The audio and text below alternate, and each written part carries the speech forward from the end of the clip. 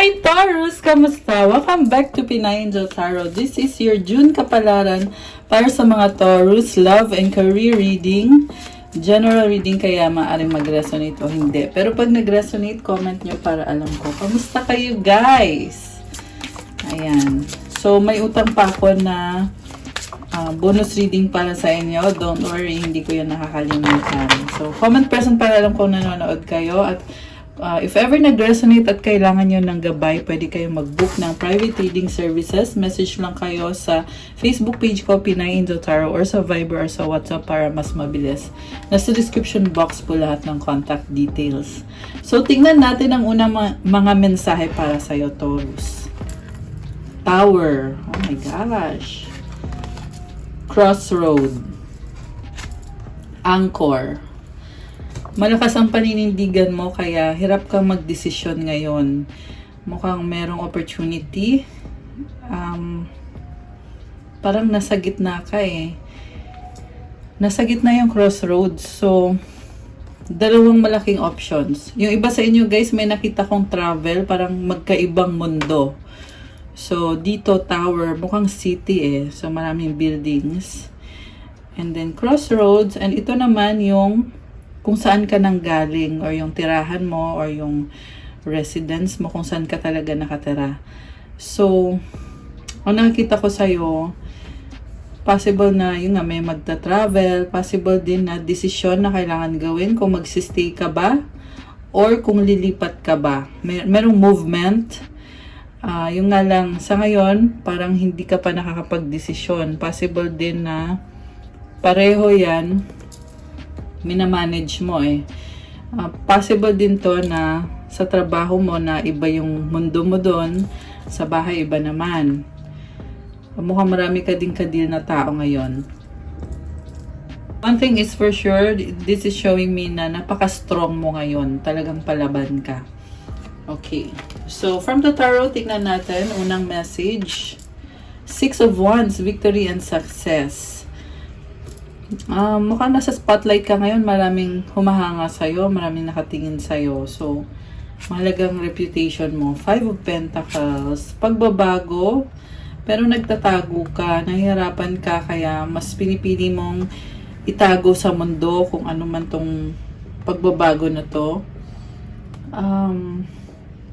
Number 5 is a number of change. Possible din tong problem na tinatry mo ayusin sa ngayon. May nakita ko dito na magkakayos kayo ng isang person o yung person mo. Pero may mga bagay na hindi ka sumasang-ayon sa kanya, pero go with the flow ka na lang para magkaroon ng balance and harmony. So parang sinasakyan mo na lang yung trip ng taong yan. Parang ganun yung na-feel ko dito. 6 of Swords, moving towards calmer waters. Dati na kayong nagkaroon ng pag-aaway or hindi pagkakasundo. Pero ngayon, mas positibo yung pananaw mo sa sitwasyon. Sa bottom of the deck is the Death card. Malaking transformation. Kaya pinipili mong manahimik, the High Priestess, kasi pinag-aaralan mo ang sitwasyon. Mayroong nagbago sa'yo. May nagbago sa'yo. Knight of Wands. Ngayon kasi hindi ka pa sure eh kung ipaglalaban mo pa ba yung taong yan sa buhay mo, or kung wala na bang chance. Okay. Tingnan natin. Bakit? 5 of Cups. Nanghihinayang ka, kaya ayaw mo siyang pakawalan. Hindi mo kaya eh. Pero, nanghihinayang ka, pero pag nagstay ka naman, pakiramdam mo hindi balanse, or parang magulo yung isip mo eh. May hinihintay ka. Yung iba naghihintay ng proposal. 9 of Pentacles. You are single and independent. So, kaya-kaya mo sarili mo. Kaya, hinihintay mo ngayon yung proposal ng person na to. Kung ano ba talaga, willing ba siyang pakasalan ka o baka laro-laro lang yung ginagawa niya. Page of Cups and the 8 of Swords. Excited ka, pero nasa-stress ka dito eh. Kasi iniisip mo mangyayari kaya o hindi. Ano ba? Parang ganon. Although, masaya kasi andun yung opportunity. Yung nga lang, yung sinestress mo is kung parang feeling mo hindi ka makagalaw. Bakit kaya? Ayun, excited at stress sa pag-iisip. Four of Swords, healing. Nasa healing process ka. So, isa din yan sa kinoconsider mo na pag tinanggap mo yung offer ng taong yan, mawawalan ka ng time para sa sarili mo. Okay. Bakit kaya? Tingnan natin. Ano bang feelings ni Taurus sa person niya? The universe. Wow. Alam mo, binago ka ng taong yan, kaya naman talagang binibigyan mo siya ng chance. So, kita mo ang ganda ng aura dito ni girl. So, ang haba ng hair niya, ganda ng dress niya, and may hawak na 2 wands. So, ibig sabihin, talagang ini-enjoy mo yung mga ginagawa mo ngayon. May planet feeling ko Jupiter yan, which is expansion and growth. Ini-enjoy mo ngayon lahat ng blessings na dumating sa buhay mo simula nang nakilala mo yung taong yan. Two of Swords. Gusto mo na talagang magkaroon ng stability dito, pero pumipigil pa rin sa'yo yung takot, yung fear. Naka-blindfold, so may tinitingnan ka dito na baka hindi mo pa siya ganun kakilala, baka mali ka sa magiging desisyon mo, baka mamaya nagpapadalas-dalas ka, 'di ba? So nag-iingat ka. Masaya ka pero hindi mo maiwasan mag-isip na baka ganito, baka ganyan. So fear 'yan. At the same time, nakakatulong din naman sa'yo yan para maging ready ka kung ano man ang mangyari. Ace of Pentacles, Queen of Pentacles, may malaking financial blessing. Ayan. So, magle-level up ka. May corona ka dito, So, achievement yan nakakatuwa, guys. Ayan, mukhang magkakaroon ka ng achievement. Merong puno, it symbolizes wisdom and abundance. Wow! So nice. So, si Taurus kasi very practical. Kaya nakita ko na itong blessing na yan, kailangan mo siyang palaguin. Possible makakatanggap ng bonus or kung ano man tong benefit or financial blessing na yan. Okay. Emperor and the Seven of Pentacles. Wow! When it comes sa finances, talagang ikaw ay alam na alam mo talaga. Kahit na feeling mo hindi sapat, pero iniingatan mo, nilalaan mo sa alam mo yung nilalaan mo sa rainy day or sa panahon na kung kailan mo talaga kailangan ilabas yung kayamanan o yung pera mo. May energy ng Aries, baka meron kanyan sa chart mo. Ayan, meron ding energy ng Pisces dito. Posible din naman yan yung kadil mo. Okay. Sa bottom of the deck, ano tong dalawang ito? Page of Pentacles and the Hanged Woman. May pinaplano ka, pinag-iisipan mo mabuti. Sa totoo lang, ang dami mong plano, pero hindi ka pa, alam mo yun, sa ngayon, isip-isip lang talaga. Hindi ka pa 100% na gumagalaw. Ganon mag-ingat si Taurus. Talagang nag-iingat. Two of Wands, ayan, again, pinag-aaralan mo. Nagre-research. Okay. So, sa love life, tingnan natin. Okay. Anong feelings mo kay person mo? Strength. So, parang wini-wish mo na talaga na siya na nga yung makakatuluyan mo. So, parang tinatago nyo yung relationship nyo. Kinikip private nyo. Kasi ayaw nyo may mainggit or ayaw nyo may masabi sa inyo. Mukhang nahihirapan ka ngayon sa reputasyon mo So, ayan, yan yung iniingatan mo. Iniisip mo yung long term, Knight of Pentacles. Medyo nababagalan ka, kaya tinitiis mo. Possible din kasi magkalayo kayo. Kaya mahirap yung sitwasyon at sa totoo lang, nakikita ko na masaya ka. Kaya lang kailangan mag-adjust para, alam mo yon, para magkasundo kayong dalawa. Okay. Ito naman, Knight of Swords. Talagang ini-enjoy mo at ini-explore mo yung connection na yan. So, ano naman ang feelings ng person ni Taurus? Nasaan naman ngayon itong person na ito? Ano kaya ang feelings niya? Oh my gosh. King of Pentacles. Wow! 10 of Pentacles.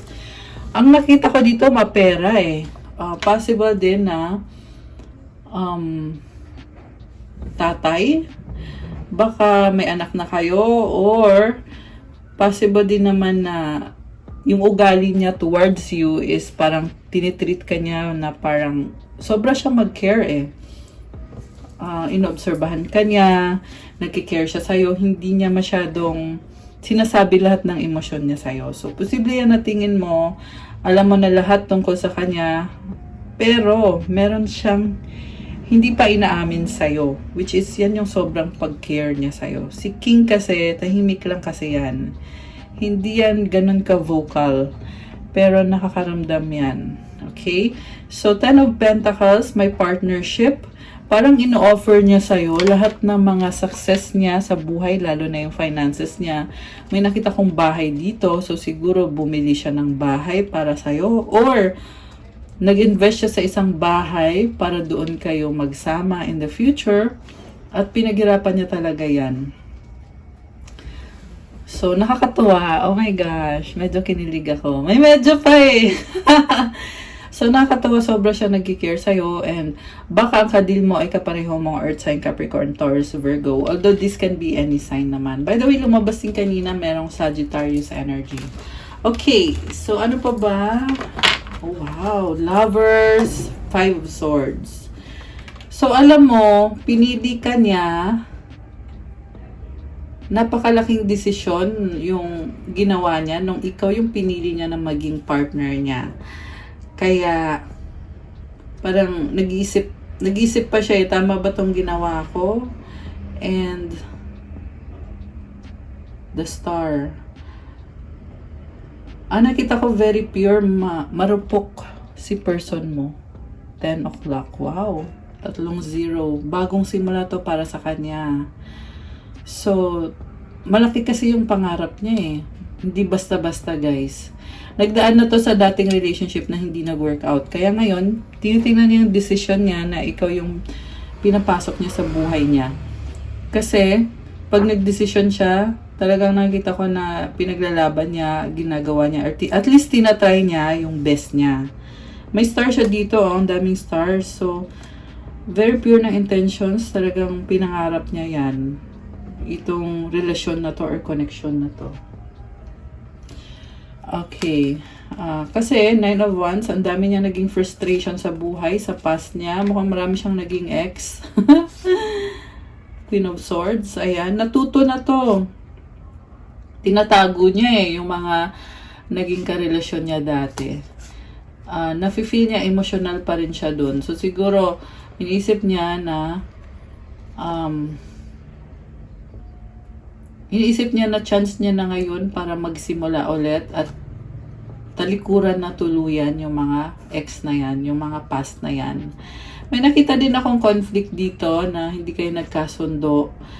Nalilito siya, pero sa dulo merong offer for reconciliation and new beginning and happiness. Kasi mahal ka naman talaga nitong taong to. Ikaw daw yung nagpapasaya sa kanya. The Hierophant. Blessing ka para sa kanya, or possible din na ikaw binibless mo siya kasi tanggap mo siya. Happiness niyo isa't isa.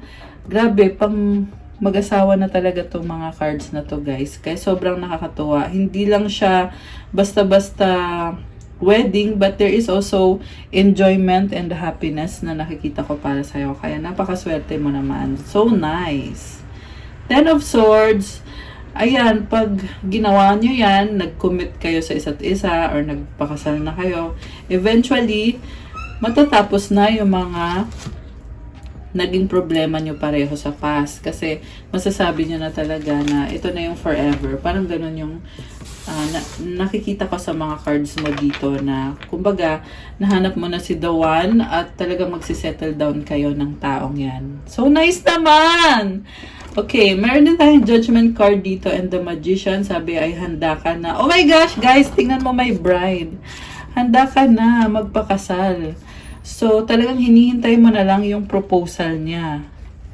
Nakakaloka. 8 of Wands. Ang daming blessings. Daming nangyayari. Merong communication, partnership, 3 of Pentacles. Oh my gosh. Lumabas na yung wedding. King of Wands and a 4 of Wands. 3 of Cups. Celebration. So, parang nire-ready mo ng sarili mo para dyan. And eventually, para magka-baby. 6 of Cups. Energy ng bata. Page of Wands. 2 of Cups. Parang nagpaplano na kayo magbuntis. Ayan, Empress buntis. Nagpaplano na kayo na magkaroon ng additional blessing sa family, which is bata. Ayan, buntis si Empress, pero problematic.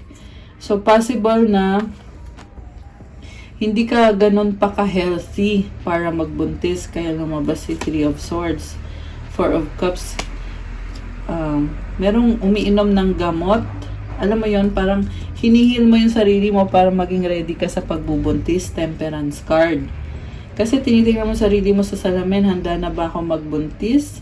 Sa loob-loob mo, handa ka na, pero yung katawan mo, yun yung kailangan mo i-ready. The Devil and the 7 of Wands. So much attraction, attachment. Pero ngayon, nagsiset ka ng boundaries dito. Ace of Swords and the King of Swords. 2 of Pentacles. So, kailangan, hindi siya madali guys may process talaga dito. Alam mo yung kahit nahanap mo na yung the one para sa'yo, pero lumilevel up ka. Kaya, lumilevel up din yung mga responsibilidad mo dito. Knight of Cups, 8 of Pentacles, and the Fool. So, nakita ko dito may mga pangangailangan ka sa financial aspect. Kaya, nakafocus ka sa work mo, and malaking panahon ang binibigay mo sa trabaho. Okay? So, kailangan ng time para mag-focus sa trabaho. Yan ang sabi dito. Ano mga gustong sabihin ng person ni Taurus? Tingnan natin. Or mga energies connected dito. I reread our old conversation. Okay? So, parang binabalik-balikan niya yung dati niyong pinag-usapan. I have something to tell you. Oh my gosh! May sasabihin. I will do everything I can. Wow. Nafe-feel ko dito yung proposal na may sasabihin sa'yo, gagawin niya yung best niya. I need you to make the first move. Naghihintay ng sign. So, parang gusto niyang mag-propose sa'yo, pero hinihintay niya, gusto mo rin ba? Or baka mamaya ako lang, parang ganun yung na-feel ko dito. I regret what I did. Meron siyang pinagsisihan. I want to be with you. Kasi ikaw talaga ang gusto niya. So, may nakita ko ditong trauma sa mga past relationships niya na pinagsisihan niya at iniisip niya na sana pagkasama na kita, magiging okay na ako, hindi na ako masasaktan ulit.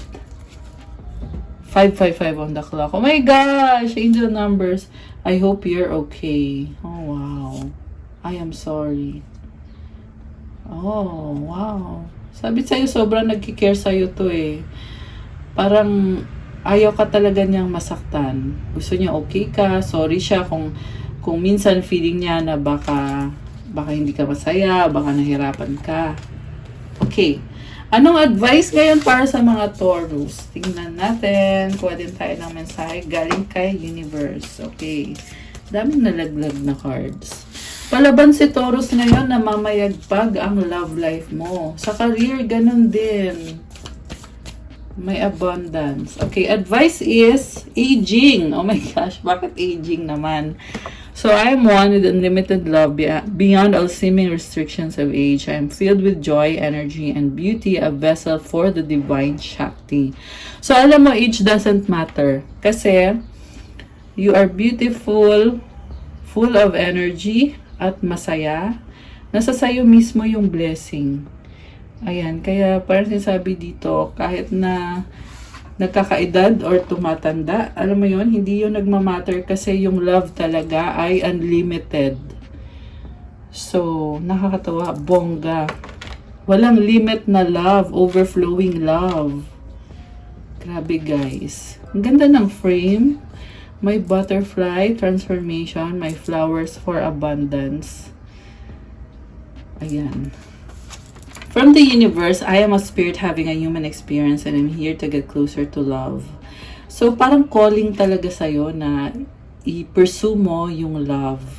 Na magkaroon ng love sa buhay mo. Na magkaroon ka ng special someone, magkaroon din kayo ng mga children. Kasi yan yung lumabas sa reading natin, guys, na talagang yun yung ultimate na pinapangarap mo talaga, Taurus. Yeah, so good luck sa'yo.